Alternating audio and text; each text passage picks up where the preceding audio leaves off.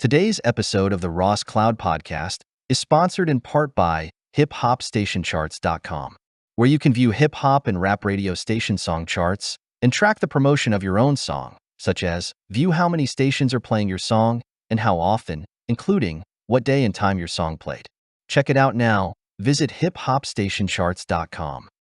Ready for a popcorn adventure?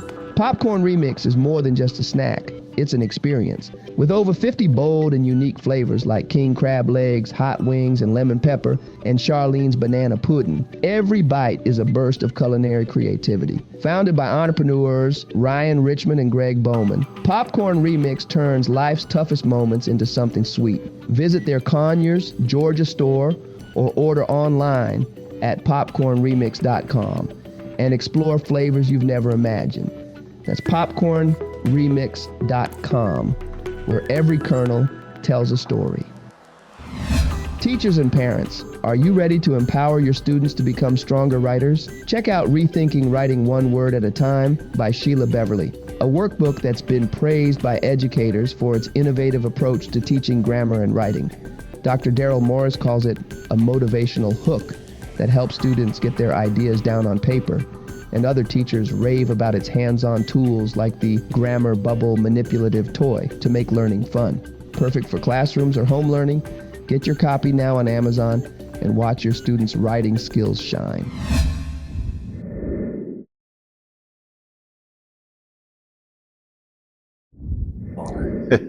Gospel artist, musician, entrepreneur, just an amazing individual. Mischeal, what's happening, bro? I'm good, man. How y'all rich people doing? See, there you go. I know money when I see it now. I know. Well, I received it, brother, in Jesus. You got it. Yes, sir. Amen. Yes, sir. Yes, sir. So, man, how you been, man? Happy New Year to you. Happy New Year, man. I'm You know, excited. man, it was good seeing you, man. It was good seeing you at, I think you were at the Barnyard Theater. Barn Dinner Theater, yeah. I said Right. Barnyard. Barnyard Barn Dinner Theater, yes, bro. sir. Yes, sir. And you guys did an amazing job. I didn't get a chance to talk to you afterwards, but you guys were phenomenal. You, Dre, that whole crew. Yeah, we had a good crew. Y'all had an awesome crew, man, Yep. to go with the music and the theater. It was pretty dope, man. Yeah. Yeah, it was an awesome experience. I had never been in the barn. Really? Never. Yeah. This was my first time. So I'm gonna have to make it a point to start going to those shows. It's worth every dime. Yeah, man. Between I think the night you came, it was like opening night, I think. Yeah. But the other nights, man, they do. You got this dinner and the show. I got you. Yeah, they eat dinner, man, and then Oh man. the stage comes down. We do the Yeah. show. Then the And stage. That was a new experience because I kept saying, okay, are they gonna be in the middle of the floor? Yeah. But when I saw the stage come down, I was like, oh, okay, Yeah, man. this They've is been there. it. They've been there. I think this is their 60th year run. Got you. Yeah, they getting it in. Yeah, shout out to that cast and crew too, and to the playwright. Yeah, man. That was dope. Excellent, man. And a lot of them I met for the first time, so I Really? can't remember everybody's Oh, name. of course not. So I'm not gonna do that. No, we ain't gonna do But that. the black nativity at the Barn Dinner Theater, that Yes, whole sir. crew, man, it was amazing. Man, it was lit. Yeah. I ain't gonna lie, I kind of felt a little tingle in my toe, a little hand shaking in there. Yes, a little sir. bit. I almost said, "Oh." Take me back to the old Yeah, they days. had moments, man. They had moments. in there. It Yeah. was really good. Yeah. So, Mischeal, before we start, man, I did this with Mark Ray, and I definitely am going to thank you publicly too. Many years ago, I don't know if you remember. Now, this is where it'd probably be a tearjerker for me, but you know how life is. Life yeah. comes around full circle. Mhm. And I remember some time ago when I probably was at my breaking point in my life. Mhm. And I screamed and yelled, and I was getting ready to go to jail. I communicated threats. Mhm. I'm going to take you back you Okay. back a little bit. Okay. My son was just born. Little Chris was just born. All right. And I was working at a school. I won't call names, but I was Uh-huh. working at a school. Okay. And I lost my cool Bless your heart. and went on attack mode. Mm-hmm. And you and Mark came out and grabbed me and said, "Hey, man, it's not worth it." Mm. And I want to tell you thank you for that Wow. day. Because of that day, I feel like I'm not in prison. Mm-hmm. Even though I had to go and apologize before the court system. Okay. Yeah, they took me in there. Oh, bless you. Yeah. You remember that? Yeah. Okay. So it's coming back. It's I'm coming a back. little older now. Yeah. But that was many years ago. But I wanted to publicly thank you for being that safe place. Mm-hmm. And you and Mark both grabbed me. I don't think I've been angry like that in years. I'll say this, man, and I do appreciate that. I do appreciate that. Sure, I do say I think the crew of us that grew up together, and at the church at Ambassadors, man, the crew of us that grew up together, though we're not, we don't talk every day, talk every month. We can go months, almost a year without. But there's a connection there that happens in moments like that. So there'll be times when like I've been like, man, I'm about to.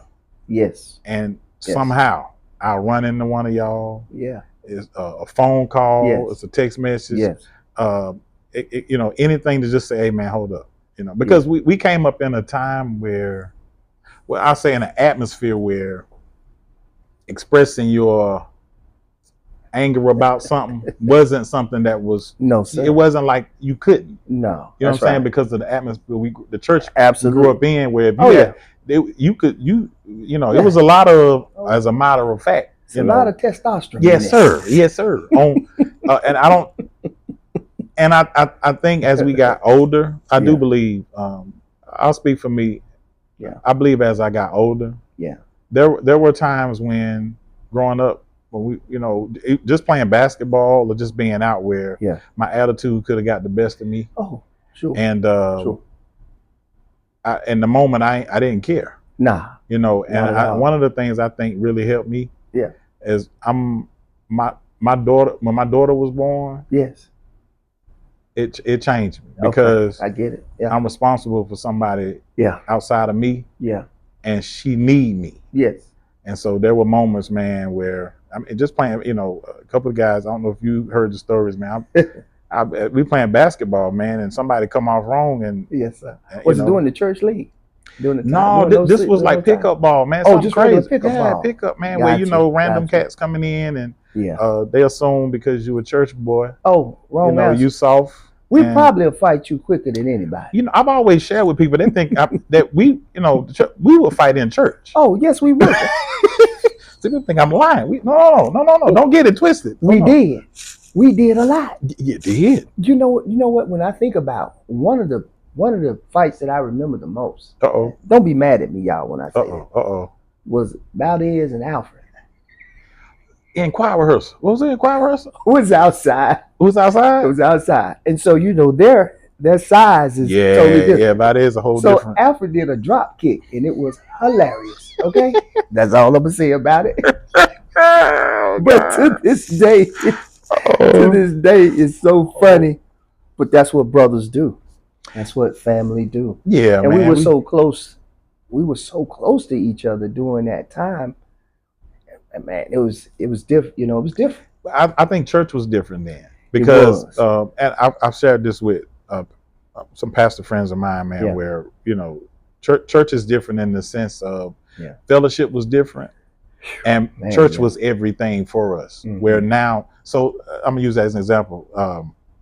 When now the youth that are in church don't need the church for much of anything, because a lot of the stuff that they need, as far as what they need to go to college, they can get from somewhere else. They really can. Information about basketball, football, all that, they can get that from somewhere else. Information about jobs, whatever, they get that from somewhere else. Well, when we were growing up, this might sound funny to some people, man. I didn't play organized basketball.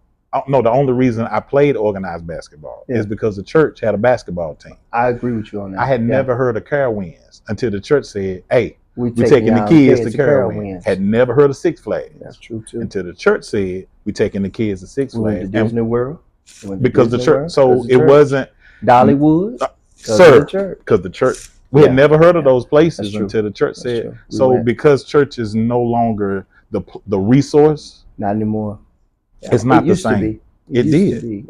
When I think which made us family though. It did. Because we was together all the time. Mischeal, when I think about, I'm gonna go back down memory lane. So when I think about us doing that season, during that time, of us singing with. We had the opportunity to sing at Bobby Jones. Oh yeah. As youth. Yeah. And I oftentimes think about, to this day, it's still a sore spot in me to say we got robbed. I still feel that way. You mean the youth choir? You remember the competition? Was it the choir competition? Yes. Yeah. To this day, I'm still salty about that, and I shouldn't be, but I feel some kind of way as an adult because I'm like, they robbed us because we were out singing adults. We were, but can you tell me from your constructive eye now why you think we lost? Well, from my perspective, because I don't know if you remember everything that happened. From my perspective, we won. Let me tell you why. Okay. We didn't get the prize. The prize was, remember, if you won, then you got an opportunity to go on Bobby Jones. True. Well, that's right. Bobby Jones came in our room because we were crying because we lost and said, "Y'all still coming," and we did, and we went. Okay. Remember though, I don't know if money was attached to it. You're right. We did because we sung with Myrna Summers. That's right. We sure did. So we still won. So to me, and I know it was a sore spot, but technically we weren't supposed to go to Bobby Jones because we didn't win. But Bobby Jones came in our room and said y'all come. Y'all come. Because we were that good. I mean, I ain't trying to be funny. It's what it was. It's what it was. Blame God. Come on. Blame God. We had good. Sir. David Allen was an amazing leadership as far as preparation. He was. And got us ready for it. Man. Yeah. And speaking of that preparation, Mischeal, a lot of great musicians came out of Ambassadors from being up under the tutelage of David and the exposure that resource of having all that exposure during that time at Ambassadors was just absolutely amazing. I can honestly say that when I look back at some of the things that a lot of us are accomplishing, a lot of things that we're doing, I'm really not surprised because it was said publicly in church. Yeah. Whether it was whispered in your ear from Bishop, whether it was said from somebody else in the church, we had an inkling of who we were. You know what I'm saying? Whether it's on the secular side, whether it's gospel side, whether it's engineering, whether it's acting. When I look at the full span of things, I'm like, wow, like really, wow, look what happened. You didn't have a choice. Something was going to fall on you, whether you were a doctor, and even looking at the kids. Yeah. Even at the authors and the doctors and the lawyers that have come up out of there, whether the parents were or not, the children are. Yes, sir. So I just feel like those moments of prayer, and even though it was tough at times, we can admit that, there still was so much good that came out of that. Definitely. And so I want to speak to your development and your beginning within gospel music, playing the piano. Of course, I know Mom, who played the piano for many years. Yes, sir. At the church when we were kids. So I'm not really surprised. But I think what surprised us all was how quick it was as kids, because it was like, okay, we know Mischeal can play. So we saw you on the piano, and then we saw your mom take a back seat, sort of. Yeah. And not necessarily, but sort of. She was like, oh, he got this. Then after a while, we saw you on the piano. Yeah. And you were kind of like still under the tutelage with Dave. Right. But it was almost like an apprenticeship for you. So we saw you playing. And then out of nowhere, one Sunday, when we saw Dave get up and direct and you play, I was like, oh, he's official. Oh, he is official. I think we all was kind of whispering like, oh my God, Mischeal playing. Because we all were young. I mean, think about it. We were young and we were singing with adults and you were playing with adults. You know what I'm saying? So I want to know from you, how did you know Mischeal? Even though Mom is playing, did you just know? To be honest with you, my genesis for playing was centered around me not wanting to sing anymore. So in the church we were in, you had to do something. Oh, you had to. And truth of the matter is, no matter what you did in church, when it was time for the choir to sing, you could be an usher. When it's time for the choir to sing, you're going to leave that post. Yes. you can be doing sound. Yeah. We had junior deacons. Yes, sir. And when it's time for the choir to sing, you know, you got on the choir. So our choir was huge. And I hated it for the sound man, dog. I must admit. Bless your heart. I hated it for the engineers. Yes. I hated it for them. God bless you. I never wanted that job. Okay, I never even wanted to volunteer for that. I don't want you telling me how to do nothing. Over here. I'm gonna sit beside it. That was a hard job. Very hard. So, you know, I honestly came home. My mom had an upright piano at home. Okay. I messed with a little bit. Wasn't nothing serious about it. I got you. And I think what happened was I was with my dad. My mom and dad had separated then. Sure. So we would be with my dad for the summer. Okay, got you. So that summer, man, I'm with my dad, and he had a keyboard. I was messing around with it, but nothing serious. Yeah. I get back to Ambassadors, and when he drops us off, it's a Sunday night. So, you know, we always had Sunday night service. Oh, always. So he drops us off, and this had to be 85, 86, something like that. So he drops us off at the church. Yeah. So we getting our bags, putting them in my mom's car. Yes, sir. I get in church, and I hear, I was down to my last day. I was like, man. Yes, sir. What song is this, dude? Yeah. I'm like, man, I like this song. And I'm sitting in the back, the choir up there singing, man. David's playing. I'm like, I don't know where this song came from, but I want to know how to play this song, like literally. And I told my mom, and we got home, and she showed me the basic chords to the song. Sure. And so that was the first gospel song I learned how to play. Yeah. And so we would do birthday things for Bishop Patterson. The Bishop Patterson thing was, if you don't have money for a present or a card, y'all can. So we used to sing or do like we had that long line of us. Oh God! And everybody would do. So back then, oh God! But we would get up, me, Rashard, Mark Ray, Sean Smooth. Yes. Michael Allen was there then. Yep. Alfred Shaw. A crew of us. Absolutely. So the only song I knew how to play was "I'll Make It." So I played that song, and the guys played with me. Sure. We played that for Bishop. Yeah. And I went to David Allen and said, "Man, I really want to learn how to play." And I didn't hear what I thought I was gonna hear. You know, I thought he was gonna say, "Hey, start meet me at the church, and we're gonna work out." Da, da, da. David said, "This is exact words." He said, "Okay, on Sunday mornings, just go to the piano and sit down." And I said, right. I'm saying I really want to learn, like, you know, this. He said, right. So on Sunday morning, sit there, come in and sit on the piano. So we had an upright piano. Yeah. Right. Remember the upright? So I'll be at the piano, man, every Sunday, just sitting there, just banging out. And I'm just trying to, you know, and we had no clue either, because you couldn't hear the upright piano at first. They had that microphone in it. But you couldn't really hear it because we had the organ going, you had the choir singing, you had the drums going, the bass guitar. Yes. So it was so much going on, nobody could really hear the piano. Correct. One day, David Allen was one week. David was going to be at the workshop. Yeah. Gospel Music Workshop of America, which meant he wasn't going to make it back Sunday morning. Gotcha. So Bishop Patterson gets up in front of the church. He said, "Y'all listen, next week David Allen ain't going to be here because he's going to be at the workshop. Yeah. And we ain't hiring nobody to come in. Mister gonna play." And I'm like, now I know how to play. I'll make it. Right. That's it. Right.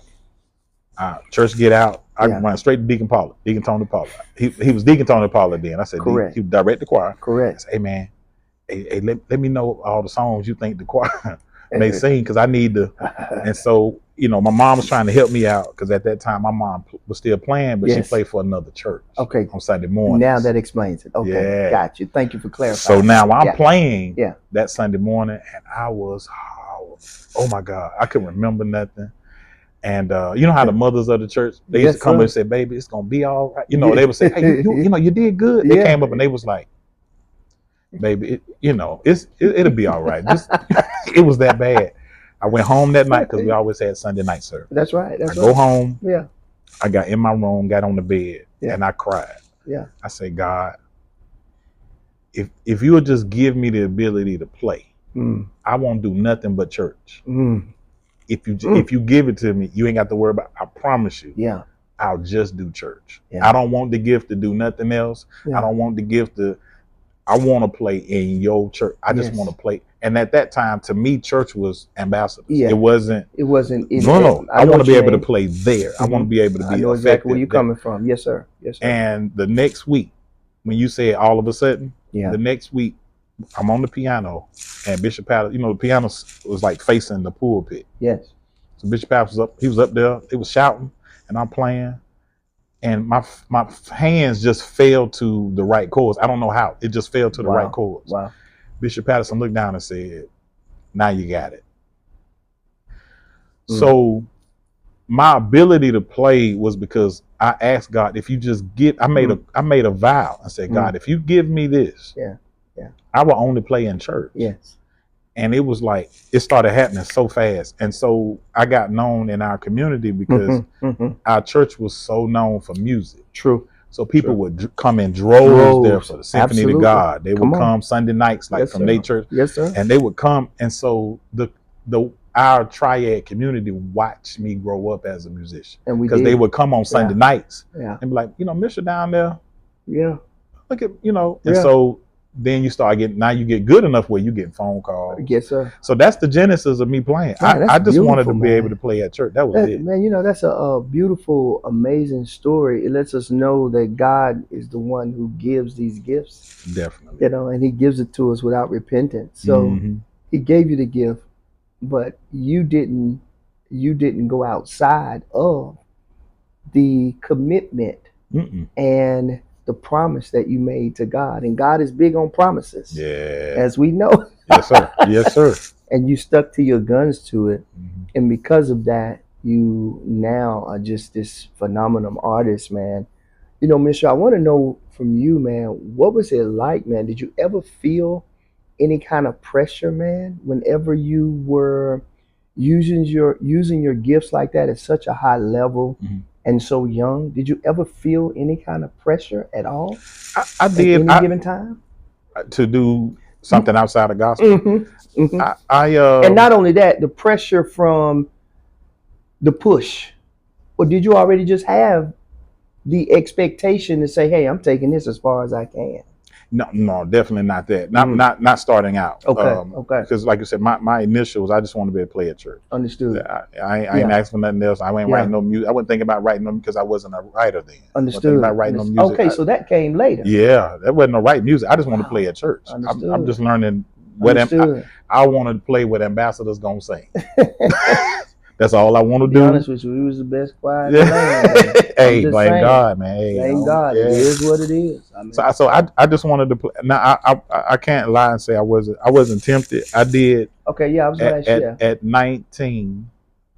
I don't know if I say who the R&B group was, but there was an R&B group that that my family was close to. Right. Understood. My family was close to them growing up. Sure. And we disconnected for like years, man. So I hadn't seen them in years. And so one day we looking on TV, BET videos. Back in the day, Donnie Sims. Yes, sir. Yeah. Yes, sir. And so I see this video, and I'm like, I think I know them guys, man. For me, sure enough, I said, Mom, that's She said, yeah, that it. I think that's them. I ain't seen them in a while. I said, I think, yeah. And so they do the interview on BET, and so they start saying the names and where they from, and I'm like, that is them. That is them. And I'm like, wow, they were close to our area, and so we would go down to John P. Key when John P. Key used to have open rehearsals. Come on. And so around this time, it was around close to Thanksgiving, I believe, because we would go to South Carolina. Because my family had engaged in South Carolina. So we would go down, man. And so on our way down, Mom said, we're going to stop at John Key rehearsal. So while we at the rehearsal, the leader of the group, he comes in the rehearsal. I'm up sitting up there where the musicians are. The leader of the group, he comes in the rehearsal. He sits right in front of my mom. My mom's sitting in the back of the church, right? So he sits right in front of my. He got bodyguards, Sure. So we sitting there, man. We look back. And I look back and I see my mom reach up and like smack him in the back of the head. The bodyguards turn around and I see them talking. And everything's calm. I'm like, man, what is my mom? And then she said, come here, So I go back.